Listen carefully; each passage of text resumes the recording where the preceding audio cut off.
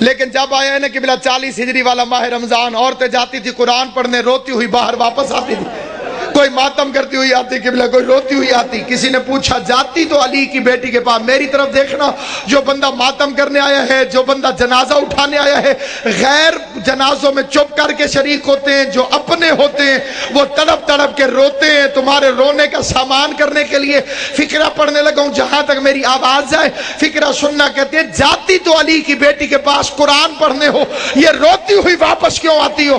کہنے لگی جب سے یہ آخری رمضان شروع ہوا ہے، علی کی بیٹی کے درس کے رنگ عجیب ہو گئے ہیں۔ پہلے قرآن پڑھاتی ہے، درس دینے کے بعد پردے بند کروا کے علی کی بیٹی سر سے چادر اتار کے اپنے بالوں کو کھول دیتی ہے اور آواز دے کے کہتی ہے کوفے کی عورتوں مجھے اس رنگ میں بھی پہچان لو، کہیں ایسا نہ ہو کل زینب تمہاری مہمان بنے، تم کو بی بی ہم نے تو تجھے برقعے میں دیکھا تھا، ہم نے تو تجھے کھلے بالوں سے کبھی دیکھا ہی نہ تھا۔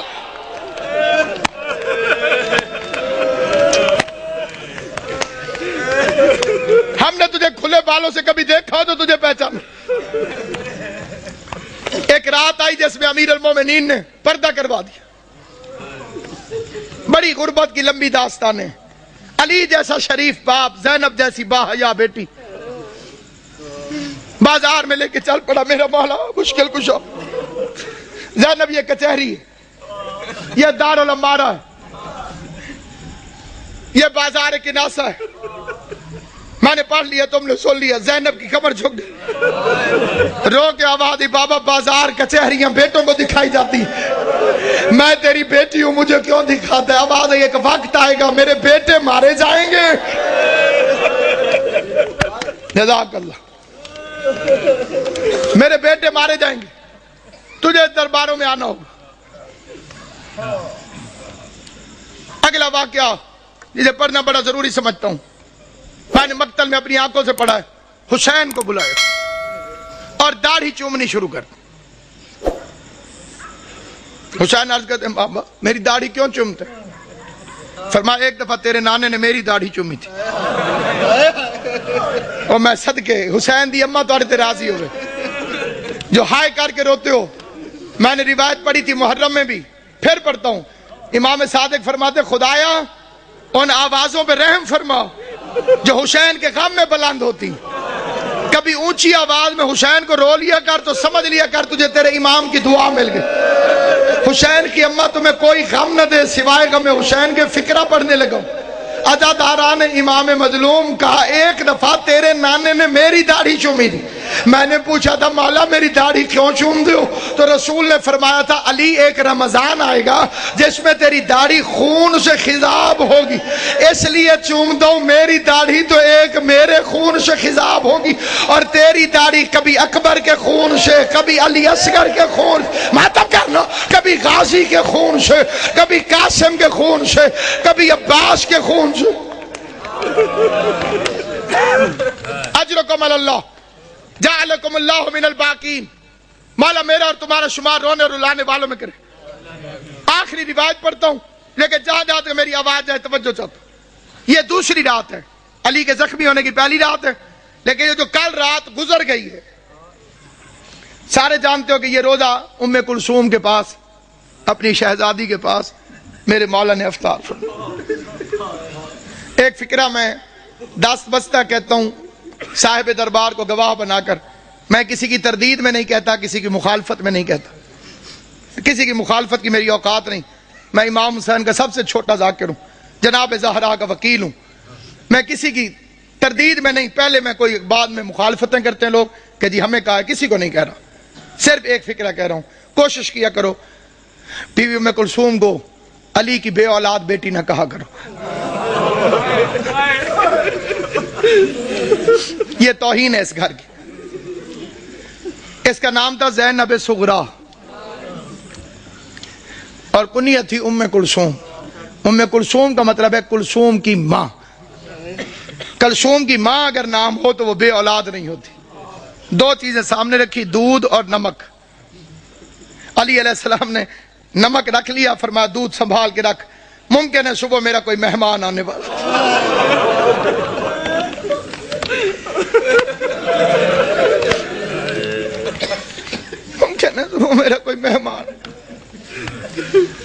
مجھے شربت پلانا پڑا. ہائے کر لو گے جو تمہاری اپنی مرضی ہے. میں بڑا رویا تھا جب میں نے یہ روایت پڑھی تھی. ساری اولاد کھڑی تھی علی کی.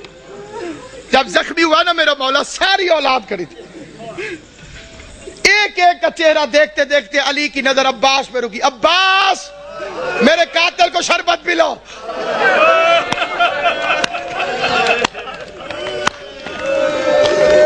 غازی کے امتحانوں کا آغاز ہو گیا.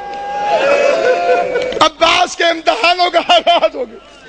میں کائنات قربان کروں. سوچ سکتے ہو جب غازی گھر گیا ہوگا کہ بہن زینب مجھے شربت بنا کے دے, زینب نے پوچھا ہوگا کس سے پلانا ہے, عباس کی آواز آئی ہوگی بابا کا قاتل پیاسا ہے, بابا نے مجھے حکم دیا ہے عباس اپنے ہاتھوں سے. ہائے کریم, ہائے کریم. کل کی رات کی ایک روایت پڑھتا ہوں. جو کل کی رات گزری ہے جب امن تھا علی کی بیٹیوں کے گھر. آج کا دن تو بڑا بے چینی سے گزرا ہے. تم نے افطار کیا ہے, سحری کا انتظار کر رہے ہو. علی کی بیٹیاں بس نمک چکھ لیتی تھی روزہ ہوتا, نہ روزہ چھوڑ سکتی تھی نہ بابا کا غم چھوڑ سکتی. فکرہ پڑھتا ہوں میں, فکرہ لے کے فکرے پر کوشش کرنا کہ تمہارے آنسو آ جائیں. آنسو نہ آئے تو ہائے ضرور کرنا. بھائی عمران شاہ جی میں نے مقتل میں پڑھا ہے سارا دن برقعے کے اندر پردے کے پیچھے اپنے گھر میں باپ کو چھپ چھپ کے دیکھتی رہی. کوئی تو سمجھے گا میرا فکرہ. سارا دن بی بی زینب برقعے کے اندر پردے کے پیچھے, گھر کے اندر برقعے کے اندر پردے کے پیچھے, برقعے کے اندر پردے کے پیچھے. کبھی کبھی عباس سے پوچھ لیتی تھی بچ تو جائے گا میرا بابا, بچ تو جائے گا.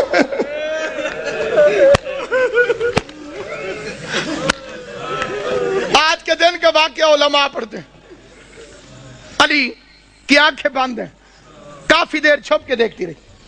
عباس سے پوچھتی ہے آ جاؤں میں. عباس نے فرمایا اپنا گھر ہے, چار دیواری ہے, دروازے بند ہیں. آج باپ کے سامنے آئی, کافی دیر علی کا چہرہ دیکھتی رہی. بابا میرے مولا نے آنکھیں نہیں کھولی, قسمت کی ماری قریب بیٹھ گئی. موت کی ختم ہوئی ہوئی بی بی زینب. قسمت نہیں علی کی بیٹی, کبھی ماں کو پٹیاں باندھتی رہی.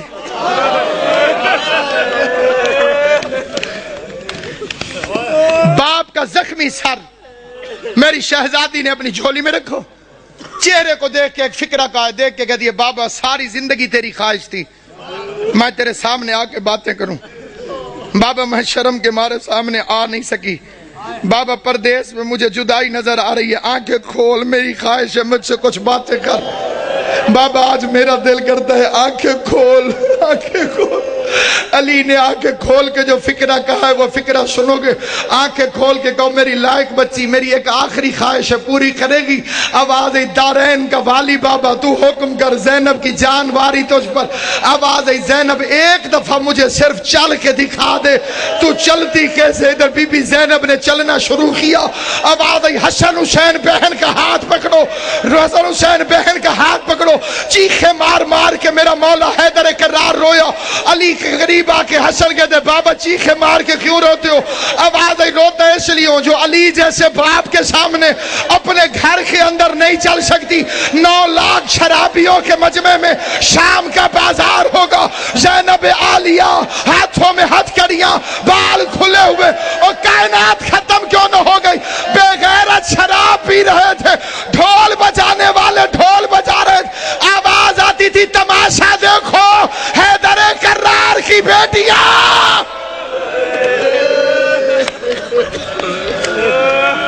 جب کہوں گا پھر زیارت ہے.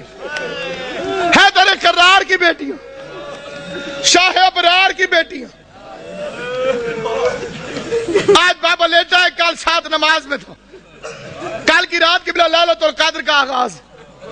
مومنوں کے گھروں میں بڑی عبادت ہوتی ہے تو امیر المومنین کا گھر تھا.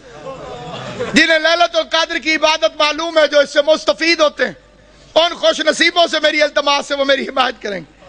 علی کی بیٹیاں قرآن سر پہ رکھ کے بے کہ یا اللہ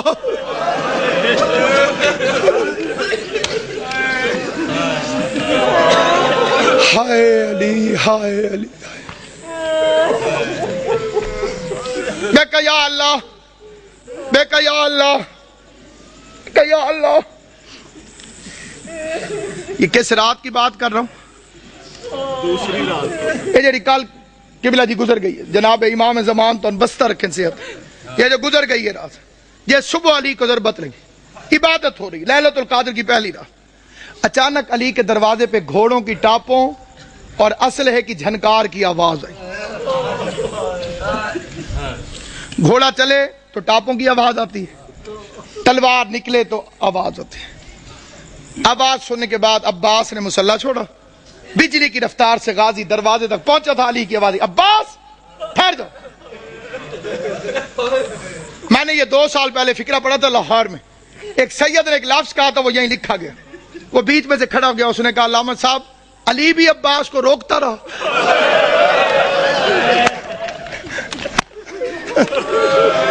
آج رقم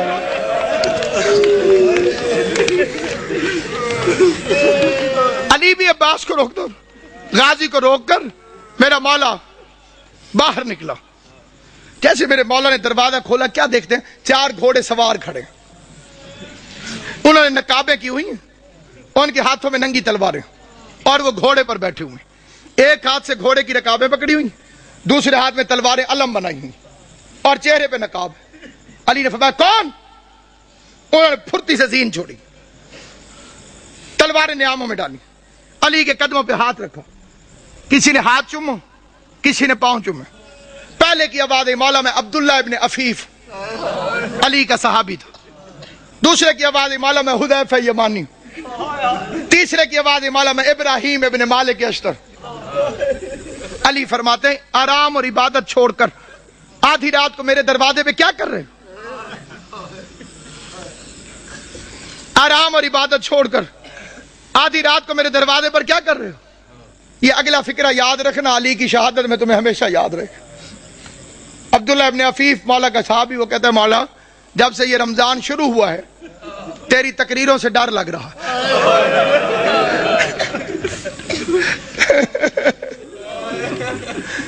مولا ہم نے پوچھا خضاب کیوں چھوڑ دیا؟ آپ نے فرمایا اب یہ داڑھی خون سے خضاب ہو۔ مولا آپ نے ممبر سے پوچھا آج رمضان کی کیا تاریخ ہے؟ ہم نے کہا مولا 18 ہو گئی۔ آپ نے فرمایا زیادہ دن گزر گئے، تھوڑے رہ گئے۔ مولا امام حسن کو وصیت کیوں لکھوائی؟ مولا ہم نے تہیہ کیا ہے کہ امام زمانہ کی جان کو خطرہ ہو، ہم پہ آرام حرام ہے۔ مولا تو گھر میں رہے ہم پہرا دیں گے، مولا تو مسجد میں رہے ہم پہرا دیں گے۔ کس کی مجال ہمارے جیسے نوکروں کے ہوتے ہوئے کوئی ہمارے مولا تک پہنچے؟ علی نے چاروں کو پیار کر کے کہا اللہ تمہیں جزائے خیر دے، تم اپنے امام سے غافل نہیں ہو، تم نے اپنے امام سے پیار کیا، لیکن میرا حکم یہ ہے کہ گھروں میں چلے جاؤ اور مجھے خدا پہ چھوڑو۔ جب حکم کا لفظ آیا تو حذیفہ کہتے ہیں ہمارا بدن کانپنے لگا، ہم سمجھ گئے کہ اب رکنا حرام ہے کیونکہ علی نے حکم دیا ہے۔ حذیفہ کہتے ہیں ہم نہ چاہتے ہوئے روتے روتے پیچھے ہٹنے لگے، علی کے چہرے کو دیکھتے رہے۔ وہ کہتے ہیں میں علی کو دیکھتا تھا، روتا تھا۔ علی کا ہاتھ کہتے ہیں قیامت تک مجھے نہیں بھولے گا، جب علی نے خدا حافظ کہنے کے لیے، الوداع کہنے کے لیے اپنا ہاتھ اٹھایا، ہمیں خدا حافظ کہا۔ حذیفہ کہتا ہے میں اپنے گھر میں آیا، میں نے اپنی تلوار کو زمین پہ پھینکا، میں زمین پر بیٹھ کر پچھاڑے کھا کے رونے لگا۔ میرے رونے کی آواز سن کر میری بیوی قریب آئی، قریب آ کے کہتی ہے حذیفہ ہوش کر، تو علی کا سپاہی ہے، کیا علی کے سپاہی بھی روتے ہوئے اچھے لگتے ہیں؟ کہتے ہیں بیوی روؤں نہ تو کیا کروں، زمانہ دشمن ہے، علی نے وصیت لکھوا دی ہے، میں پہرا دینے گیا تھا، علی نے خدمت قبول نہیں کی، علی نے نوکری قبول نہیں کی، علی نے حکم دیا گھروں کو چلے جاؤ۔ حذیفہ کہتا ہے روتے روتے میری آنکھ لگ گئی، میں تھوڑی دیر سویا تھا کہ میری بیوی نے میرے کندھے پہ ہاتھ رکھا، جھنجھوڑ کے کہتی حذیفہ جاگ، سن یہ شور کیسا؟ حذیفہ کہتا اب جو میں نے سنا تو آواز آ رہی تھی قد قتل امیر المومن، لوگوں امیر مارا گیا، زینب و کلثوم یتیم،